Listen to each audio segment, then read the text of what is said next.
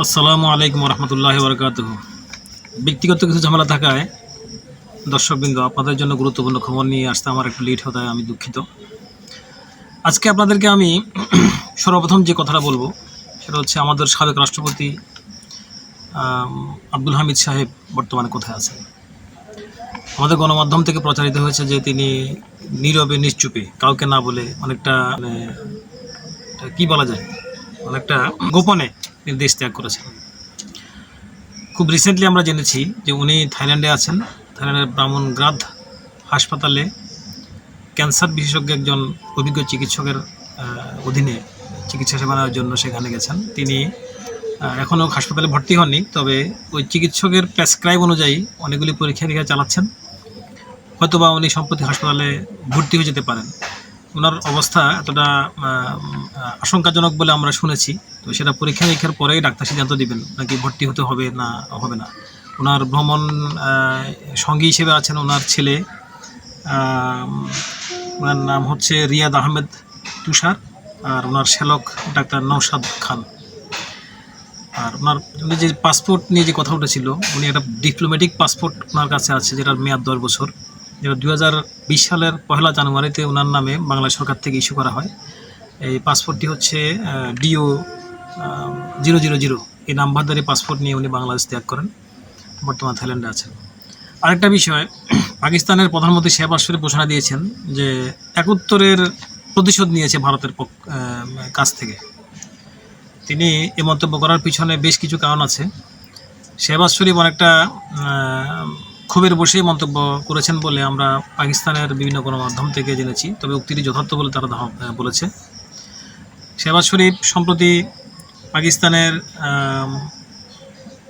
পাকিস্তানের শিয়ালকোটের পামরুল সেনানিবাস, ওখানে তিনি সেনা কর্মকর্তাদের সাথে তার মত বিনিময়কালে এবং সেনা কর্মকর্তার সাথে উনি কৌশল বিনিময়ের জন্য সেখানে গেছেন। তো সেই সেনানিবাসে উনি অবস্থান করেই সবার সামনেই উনি বলেছেন যে বুনিয়ানুল মারসুসে অংশ নেয় সেনাদের সাথে সাক্ষাৎকালে তিনি বলেছেন যে এটা পাকিস্তানের 71 সালের যুদ্ধের প্রতিশোধ নিয়েছে পাকিস্তান। আমরা ভারত থেকে এই বিষয়ে একটা মন্তব্য আমরা আপনাদের সামনে উপস্থাপন করব। ভারতের বিভিন্ন পত্রিকার মাধ্যমে আমরা জেনেছি যে মোদী সরকার বলেছে পাকিস্তান নিজেই যুদ্ধবিরতি চেয়েছে এবং পাকিস্তানকে উচিত শিক্ষা দেওয়া হয়েছে। প্রায় 100-এরও বেশি সেখানে জঙ্গিদেরকে নিহত করা হয়েছে। তো এই ধরনের মন্তব্যের বিপরীতে শেহবাজ শরীফ এই 71-এর প্রতিশোধ নিয়েছেন বলে উনি গণমাধ্যমকে বলেছেন। পাশাপাশি আরও একটা কথা বলেছেন যে প্রয়োজনে ইমরান খানকে উনি মুক্তি দিয়ে দিবেন এবং ইমরান খানও জেল থেকে সরকারের সাথে আলোচনায় সম্মত হয়েছেন। ইমরান খানের একটা বিশেষ মেসেজ বার্তা হলো যুদ্ধবিরতি নয়, এটা মোদির একটা কৌশল। মোদি হয়তো আবার যে কোনো মুহূর্তে আক্রমণ চালাতে হবে, তাই পাকিস্তানকে সবসময় সর্বোচ্চ সতর্ক এবং সবসময় প্রস্তুত থাকতে হবে। ইমরান খান এখনও পাকিস্তানের আদিয়ালা জেলখানায় আছেন। জানি না আসলে খুব সম্প্রতিতে ওনাকে মুক্তি দেওয়ার কোনো ব্যবস্থা পাকিস্তান সরকার নেবে কিনা, তবে ইতিমধ্যে পাকিস্তান সরকারের এ ধরনের ইতিবাচক দৃষ্টিভঙ্গি দেখা গেছে। এই বিষয়ে যদি আরও নতুন কোনো তথ্য আমরা পাই, সাথে সাথে আপনাদের সামনে আমরা নিয়ে আসবো। দর্শক, আপনারা আমাদের সাথে থাকবেন। প্রিয় দর্শক, বাকবিতণ্ডার এই চরম উত্তেজনাকর মুহূর্তে আবারও ভারত পাকিস্তান দুদেশেরই প্রধানমন্ত্রী এবং মন্ত্রী পর্যায়ে, সেনাবাহিনী পর্যায়ে চরম উত্তেজনাকর বাকবিতণ্ডা এখনও চলছে। এরই মধ্যে খুবই বিরল সৌহার্দ্য দেখালো দুদেশ। সীমান্তে দুই দেশেরই মধ্যে ওদের গ্রেপ্তারকৃত সেনাদের বিনিময় করেছে। আপনারা জানেন যে যুদ্ধ চলাকালীন অবস্থায় ভারতের পূর্ণম কুমার, যিনি BSF এর সদস্য, তিনি ভুলক্রমে পাকিস্তান সীমান্তে ঢুকে যাওয়ার পরে পাকিস্তান রেঞ্জার্স তাকে গ্রেপ্তার করে। সে পূর্ণম কুমারকে আজকে ভারতের হাতে তুলে দেওয়া হয়েছে। তবে ভারতও পাকিস্তানের রেঞ্জার্সের সদস্য মোহাম্মদুল্লাহকে পাকিস্তান হাতে তুলে দিয়েছে। তো দুদেশের সেনাবাহিনীর পক্ষ থেকে এটাকে একটা ইতিবাচক বার্তা হিসেবে দেখা হচ্ছে। তো এদিকে তালেবানদের একজন শীর্ষস্থানীয় নেতা, যিনি আফগানিস্তানের ডেপুটি উপস্বরাষ্ট্রমন্ত্রী মোল্লা মোহাম্মদ ইব্রাহিম সদর, তিনি গোপনে সম্প্রতি দিল্লি সফর করেছেন। আসলে দিল্লি সফরকে নিয়ে বিভিন্ন মহলে চলছে এটা নিয়ে তোলপাড় যে আসলে উনি গোপনে কেন দিল্লি সফর করেছেন, আসলে উদ্দেশ্য কী। বিভিন্ন মাধ্যম থেকে শোনা গেছে যে উনি তালেবানের শীর্ষ নেতা হিবাতুল্লাহ আখন্দ ঘনিষ্ঠ, খুবই ঘনিষ্ঠজন। তালেবান আপনারা জানেন যে মুসলমানদের একটা শক্তিধর কান্ট্রি বর্তমানে, সে দেশে ইসলামী শাসন চলছে এবং তালেবান খুব দ্রুত তাদের রাষ্ট্রকে একটা বিশ্বের মর্যাদাপূর্ণ অবস্থায় নিয়ে গেছে। তো সেক্ষেত্রে বর্তমানে ভারত পাকিস্তান যুদ্ধ চলাকালীন সময়ে বা যুদ্ধ ইন্ডিয়া থেকে যে ঘোষণা দেওয়া হয়েছে, মোদি এখনও বলেছে যে অপারেশন সিন্দুর এখনও শেষ হয়নি। তো এই অবস্থায় তালেবানদের উপ বা ডেপুটি স্বরাষ্ট্রমন্ত্রী উনি কেন দিল্লি সফর করেছেন এ নিয়ে বিভিন্ন মহলে বিশেষ গুঞ্জন চলছে। আমরা চিন্তা করতেছি যে তালেবান যদি আসলে এ ধরনের কোনো ভারতের সাথে এই ধরনের কোনো আঘাত করে থাকে, তাহলে এটা হয়তো বা মুসলমানদের জন্য একটা দুঃখজনক। আমরা আশা করছি তালেবান হয়তো শেষ পর্যন্ত এই ধরনের পথ বেছে নেবে না। দেখা যাক ভবিষ্যতে কী হয়। বিভিন্ন গণমাধ্যমের তথ্য থেকে আমরা কী পাই সেটা আপনাদেরকে আমরা আপডেট অবশ্যই দিব। এদিকে ভারতের গণমাধ্যম থেকে প্রাপ্তি আরেকটা বিশেষ সংবাদ হলো, পাকিস্তান ও চীনকে একসাথে শাস্তি দিতে চায় ভারত। এটা যথেষ্ট আপনার ভাইরাল হওয়ার পর্যায়ে খবরটা। ব্যাপারটা এমন যে আসলে ভারত কিভাবে চীন এবং পাকিস্তানের শাস্তি দেওয়ার ক্ষমতা রাখে, এটা নিয়ে বিভিন্ন মহলে অলরেডি গবেষণা আরম্ভ হয়ে গেছে। তো ইতিমধ্যে ভারত আজারবাইজানের জন্য যে ধরনের একটা সিদ্ধান্ত নিয়েছে যে ওখানে ওদেরকে আজারবাইজানকে এড়িয়ে চলা, পর্যটকরা যাতে আজারবাইজান না যায়, এ ধরনের ঘোষণা ভারত দিয়েছে। তো হয়তো চীন ও পাকিস্তানের ক্ষেত্রে এ ধরনের ঘোষণা দিতে পারে। তো চীন এবং পাকিস্তান থেকে এ ধরনের কোনো এখনও পাল্টা কোনো বিবৃতি আসেনি। আমরা অপেক্ষা আছি যে অবশ্যই চীন এবং পাকিস্তানের পক্ষ থেকে এটারও পাল্টা কোনো বিবৃতি আসতে পারে। দেখা যাক ভারতের আসলে কতটুকু ব্যবস্থাপনা করতে পারে চীন এবং পাকিস্তানের শাস্তি দেওয়ার জন্য। আপনারা জানেন যে চীন বিশ্বে এখন বর্তমান সুপার পাওয়ার পর্যায়ে, তো সে চীনকে শাস্তি দেওয়ার ক্ষমতা ভারত আমার ঠিক জানা নেই। তো মার্কিন যুক্তরাষ্ট্র চীনকে শাস্তি দেওয়ার ক্ষমতা কতটুকু রাখে এটা আসলে একটু বোঝার বিষয় আছে। রাজনীতিতে অনেকে অনেক কথাই বলে, আমি বলব যে আসলে স্থিতিশীল এবং দূরদৃষ্টি সম্পন্ন রাজনীতি করতে হলে মানুষের রাজনীতিবিদদের কথাবার্তা বলা এবং এগুলো হিসেব করে বলাটাই মনে হয় সবচেয়ে ভালো এবং উত্তম। এবার আসছি আমরা গাজা প্রসঙ্গে।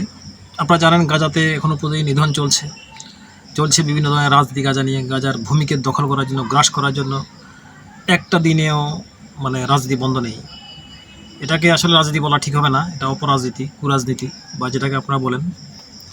কিভাবে গাজার সম্পূর্ণ ভূমিটা দখল করা যায়, গ্রাস করা যায়, সেটা নিয়ে এখন নেতানিয়াহুর যাবতীয় প্রস্তুতি চলছে।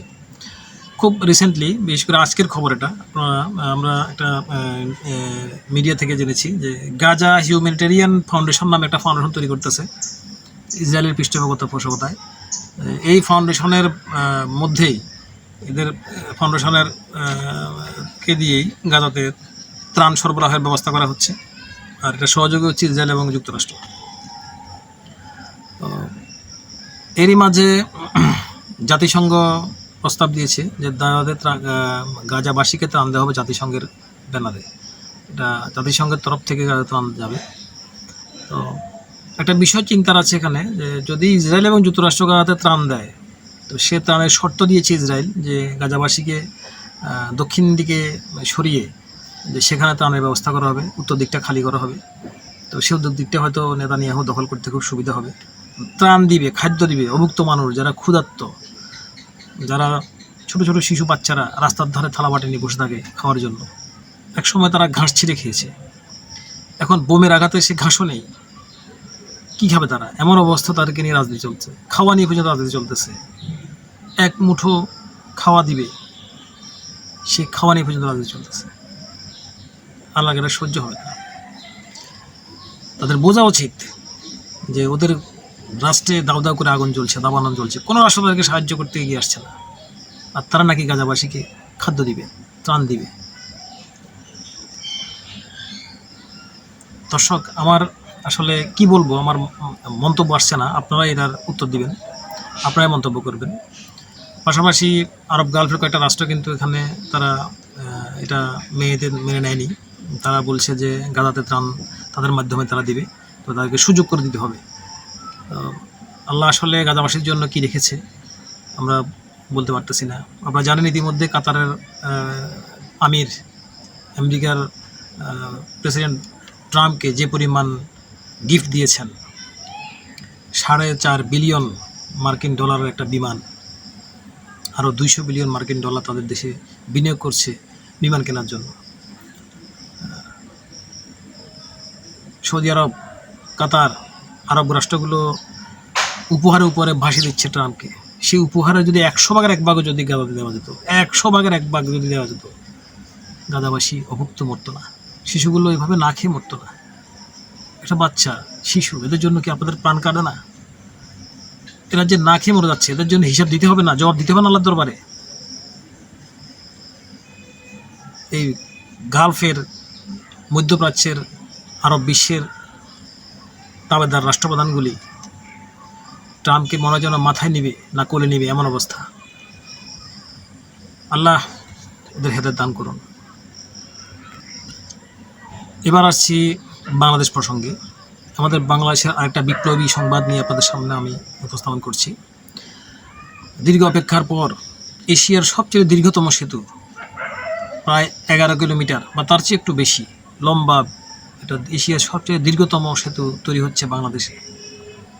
আপনারা শুনবেন সেই সেতুটি কোথায় হচ্ছে বা তার নাম কী হতে পারে, সেটা শুনবেন।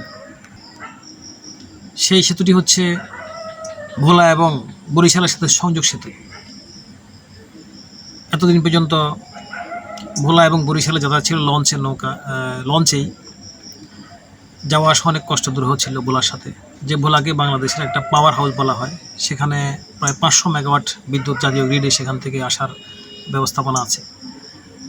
প্লাস ভোলার নিচে প্রায় অনেক গ্যাস ক্ষেত্র আছে, ওখানে যে পরিমাণ গ্যাসের খনিজ আছে, এজন্যই ভোলাকে পাওয়ার হাউস বলা হয়। তো ভোলা বাংলাদেশের অর্থনীতিতে একটা বড় ধরনের অবদান রাখছে, কিন্তু ভোলার যোগাযোগ ব্যবস্থার জন্য ভোলা এখনও অনেক পিছিয়ে আছে। প্রফেসর ডক্টর ইউনূসের নেতৃত্বে সে ভোলাতে খুব দ্রুত আগামী জানুয়ারি থেকে হয়তো কাজ করার জন্য সব ব্যবস্থা চূড়ান্ত হয়ে যাচ্ছে। তো এক্ষেত্রে জাপান সরকারের সহযোগিতায়, প্লাস দ্বিতীয় সিরিয়ালে আমাদের কোরিয়া আছে, জাপানের সরকার সহযোগিতায় হয়তো এই সেতু নির্মিত হবে। তো জাপান যদি কোনো কারণে যদি সেখান থেকে সরে যায়, তাহলে কোরিয়া সেখানে অবশ্যই আসবে। আপনারা জানেন যে ইতিমধ্যে জাপান বাংলাদেশের বিভিন্ন কনস্ট্রাকশন ফাংশনে সেক্টরে অনেক বড় অবদান রেখেছে। ভবিষ্যতে বাংলাদেশে হয়তো আরও অনেক চমকপ্রদ কিছু হতে পারবে। চোখ রাখুন আমাদের অল আইজ অন বাংলাদেশ 24 চ্যানেলে। ধন্যবাদ সবাইকে। আসসালামু আলাইকুম ওয়া রাহমাতুল্লাহি ওয়া বারাকাতুহু।